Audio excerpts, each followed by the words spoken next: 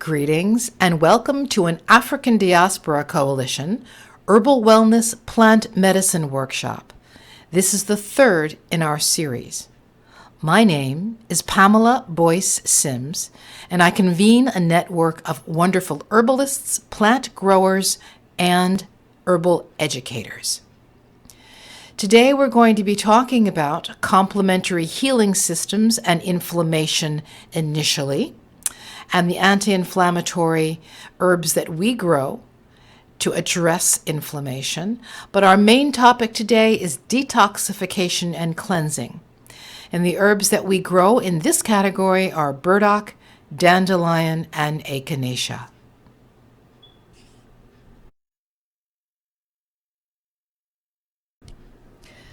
Let's take a moment to consider complementary alternative healing systems. Essential oils, tinctures, flower essences, and homeopathy. The African Diaspora Coalition specializes in tinctures and teas. The tinctures that we make are supported and can be used simultaneously with essential oils, flower essences, and homeopathy. These are all complementary healing systems. Essential oils are aromatic oils, meaning that they are volatile and evaporate quickly, are extracted from various parts of plants, most often by steam distillation.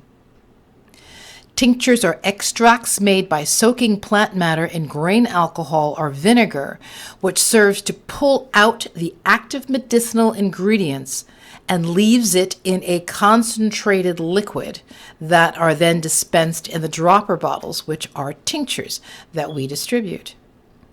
Flower essences are made from flowers only, and they capture the energetic signature of a plant and heal vibrationally. Homeopathy is a system which heals by administering very small amounts of substances that mimic the symptoms of the disease that is being treated. And here you have, in the next slide, pictures of these different types of healing products. We have on the left-hand side essential oils in the dropper bottle there, and you see the distiller, the steam distiller that is used to make these on the bottom left corner. Dandelion is one of the tinctures that we offer. You see the plant there. We use the root, and that is one of our signature tincture bottles there. The next slide is depicting the homeopathic pellets. Actually, it's on a ginkgo leaf there, up on the left-hand side, the upper left-hand side, and the flower essences are depicted on the bottom right. Let's turn our attention to inflammation. Inflammation is the primary defense system of the body and part of the majority of disease syndromes. Because of this, anti-inflammatory drugs are the mainstay of medical practice, using either steroids or non-steroidal anti-inflammatories like aspirin. Herbs work in more comprehensive ways to block and reduce inflammation. They produce better clinical effects without the side effects. Musculoskeletal conditions involve inflammation of joint, muscle, ligaments, or connective tissue, such as arthritis, fibromyalgia, inflammation due to injury, etc.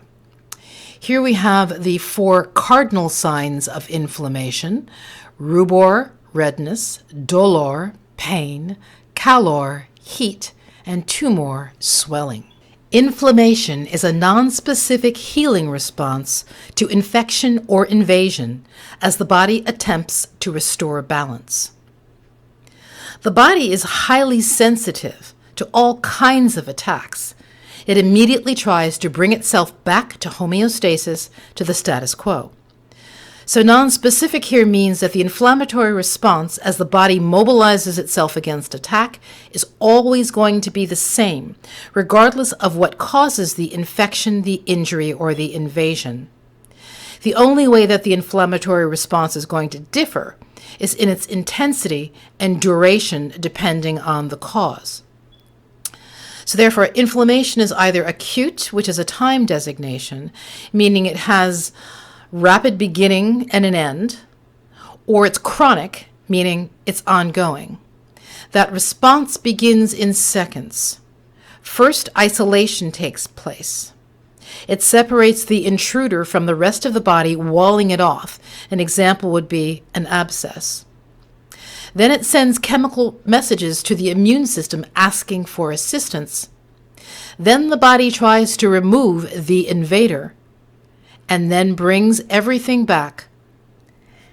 Changes that can cause or trigger the inflammatory response are physical trauma or any of the following changes: inordinate ionizing radiation, such as sunburn or X-rays, deprivation of oxygen and nutrients, which causes a decreased blood supply, cellular poisons, abnormal buildup of toxins, immune deficiency and autoimmune diseases, presence of foreign bodies such as splinters, parasites, external debris, bacteria, and dead host cells, as well as foreign chemicals.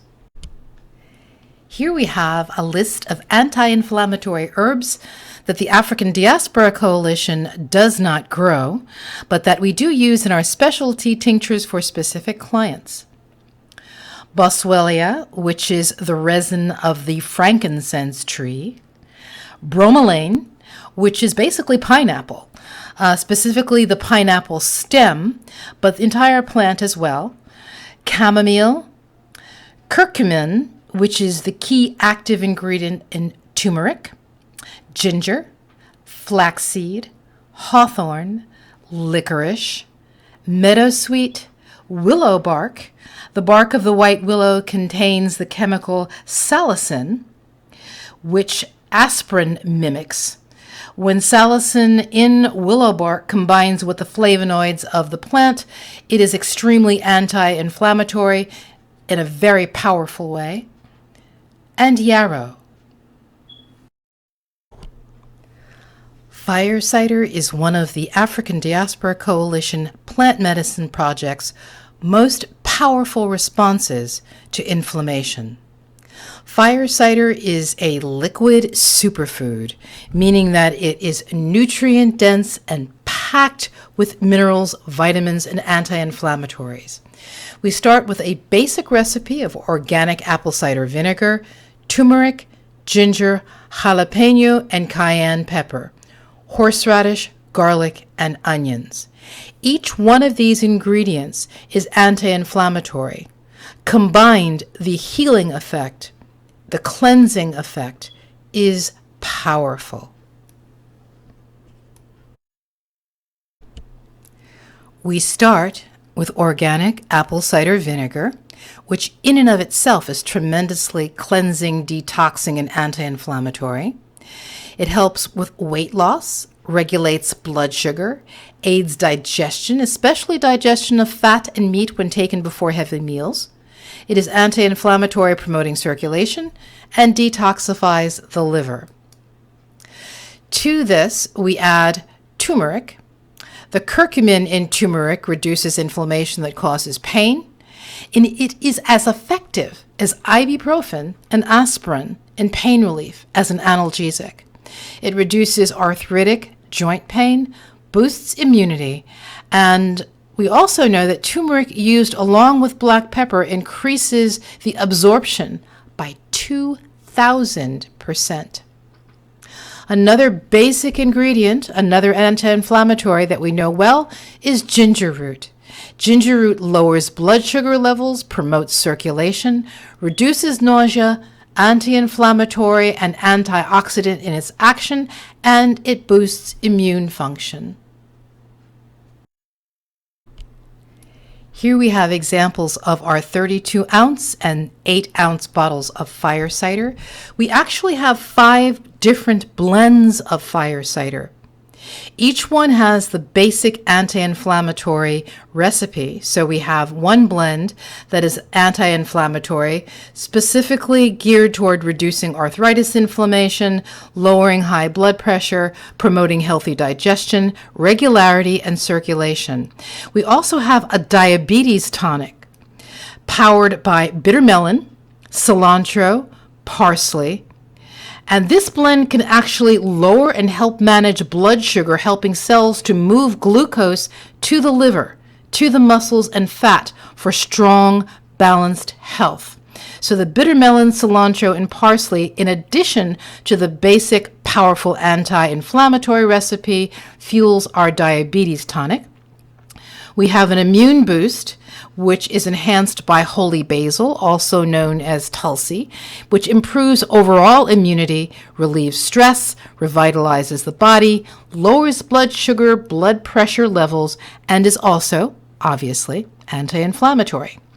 Lemony Calm, which you see here on the left-hand side, is blended with anti-anxiety, stress-relieving lemon balm, and is boosted by lemon rind goodness. This tonic relaxes as it promotes circulation. And finally, we have a memory boost, Fire Cider tonic, which aids memory and brain function. Rosemary promotes circulation to the brain and strengthens adrenals in this particular Fire Cider blend. It also detoxifies the liver and is used to lift depression. We are now going to look at detoxification and cleansing, as that process fits into the larger framework of steps toward comprehensive, holistic systems healing, which we referenced in an earlier workshop. Whereas allopathic medicine, conventional medicine, is focused primarily on symptom relief, addressing pain and discomfort, herbal medicine has a 5-step process. We focus, yes, on symptom relief initially. We follow that up with detoxification and cleansing, where we're going to go in a moment, revitalization, regeneration, and deeper pattern changes. So when we talk about detoxification and cleansing, we are talking about ridding the body of viruses, fungi, heavy metals, accumulated waste and debris, and chemical toxins. The 3 herbs that we grow in the African Diaspora Coalition that focus on detoxification and cleansing are burdock, dandelion, and echinacea. Detoxification is the foundation of natural wellness, and medicinal herbs can provide tremendous assistance in that process. Toxins are the major cause of chronic illness. Extrinsic toxins include heavy metals, pollutants, food additives, pesticides, viruses, bacteria, and parasites. Intrinsic toxins are end products generated by the cells, the organs, or from inadequately eliminated waste. These toxins also act as free radicals, oxidizing and eventually destroying living tissues. Accumulated free radicals and toxicity precipitate immune weakness, illness, and premature aging. Plants that cleanse and detoxify at the cellular level are called alterative or blood purifiers. Specific herbs can optimize the main detoxification channels of the body: the colon, the skin, the gallbladder, liver, kidneys, and lungs. And here is a list of detoxifying herbs, some of which we grow, some of which we don't. Burdock, which we do grow. Chickweed, cleavers. We do grow dandelion, nettles. We also have on our list pokeroot, red clover, and yellow dock. This next slide provides some visuals of a wonderful blood purifier that we wildcraft, burdock, at different stages. On the top right-hand side, you're seeing the root as we would find it when we go to harvest it. It grows straight down. You see the long tap roots there that grow very much like carrots, but can grow up to 2 feet long. The other slides show burdock washed and as cuttings and dried. And in the center, we have the beautiful green, wide burdock leaf with scalloped edges.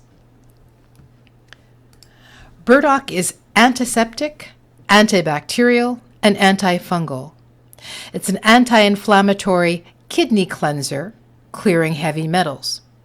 It acts as a liver tonic and stimulant, improving the metabolism of liver hormones, and it's also a mild laxative. It tones the stomach, promotes perspiration, and is a detoxifying diuretic that tones the kidney and stomach. It stimulates immunity and white cell production. It's also cancer protective.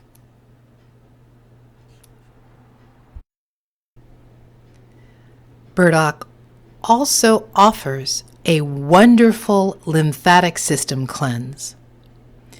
Burdock declogs and cleans the lymphatic system, which is a network of vessels, tissues, nodes, and organs that help rid the body of toxins.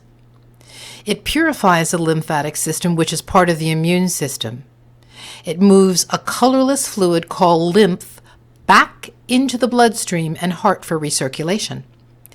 It promotes excretion of toxins, lymphatic debris, and waste, and protects against foreign invaders. The lymphatic system, unlike the circulatory system, is open, providing a return route back to the heart for the surplus 3 liters or so of filtered blood that remains in interstitial fluid. As a traditional blood cleanser, burdock is used to treat many skin conditions. It treats acne, recurrent boils, hives, psoriasis, eczema, and a plethora of skin conditions. It combines well with dandelion, gotu kola, and milky oats.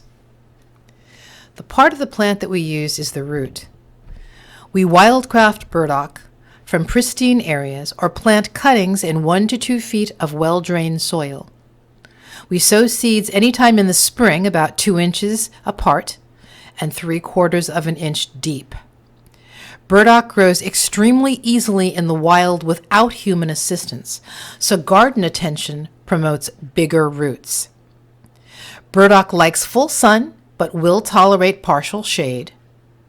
And we harvest it in the fall through early spring, only in the first 2 years or so. Roots grow straight down like carrots, but up to 2 feet long in about 100 days.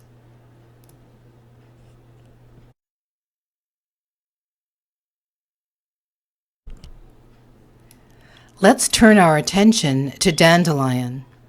Here you see the beautiful yellow blossoms that we see in our lawns sometimes, growing in the wild, and the roots that we cultivate to make plant medicine. Dandelion promotes healthy liver function.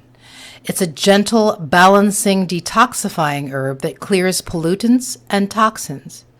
It's useful in skin disorders and arthritis. Dandelion works on the liver, the gallbladder, our colon, and kidney to help clear waste. It helps dissolve existing gallstones and prevents their formation, and promotes bile secretion. Dandelion improves digestion and is a mild diuretic and laxative without the potassium loss. It stabilizes and balances blood sugar, lowering total cholesterol and triglycerides. Dandelion is also extremely helpful in menopause. It reduces hot flashes, clears out estrogen, and balances hormone ratios.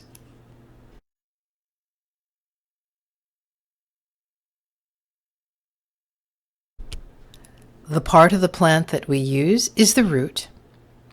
These pollinator magnet perennials tolerate many soil types, but deep, rich soil produces the thickest, easiest to harvest roots. The long taproot breaks up the soil. We start seeds indoors 4 to 6 weeks before the last frost, and then plant in 6 inches of moist potting soil, 1.5 inches apart. We cover lightly with soil but don't bury them because the seeds need light to germinate. We keep them in the sun, moist but not waterlogged, and the seeds should germinate within 7 to 21 days. We transplant them when the seedlings are 3 to 4 inches tall and the outdoor soil temperatures are at least 50 degrees. We harvest dandelion roots from late fall through early spring, when the plant is dormant and the most powerful medicinal energy is stored in the root. In the early spring, the winter freeze has converted the levels of inulin, insoluble fiber, to fructose, which makes spring roots less bitter and chewy. Spring roots are also higher in tauroxicin, which stimulates bile production. We dig the roots before the plants start to blossom in the spring. We select large, vigorous plants because the small, spindly plants won't have significant, robust root structure needed for medicine. We dig and loosen the soil all around the plant to minimize breakage and root damage so we don't lose much sap, which is where the medicinal properties lie.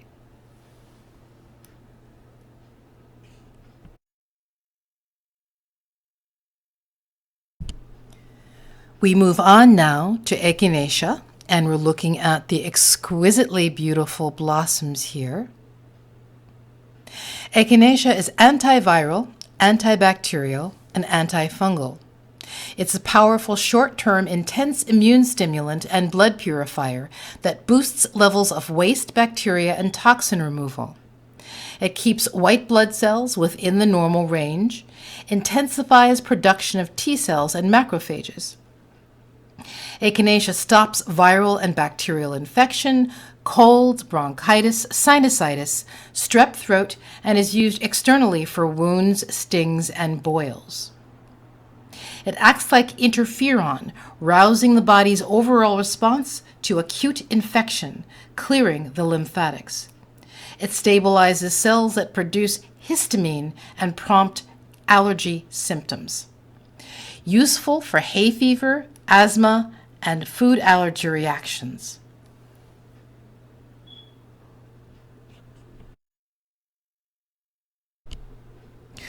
While roots and flowers can be used, the part of the Echinacea plant that we use in the Africa Diaspora Coalition's Plant Medicine Project are the roots. There are 10 species of natural Echinacea and countless hybrids. Echinacea likes full to partial sun, specifically 4 hours of sun per day, and can grow to 3 to 4 feet. It doesn't need much water after the plants have been established. It's easy to grow from seed but requires a cold, moist period called stratification. Use compost when planting. Plant Echinacea where you want it to end up because they don't like to be moved once established. They're not good transplant candidates. Echinacea establishes deep tap roots. Plant and harvest Echinacea root balls in the early spring or in the fall. And here we see the Echinacea root once it has been harvested.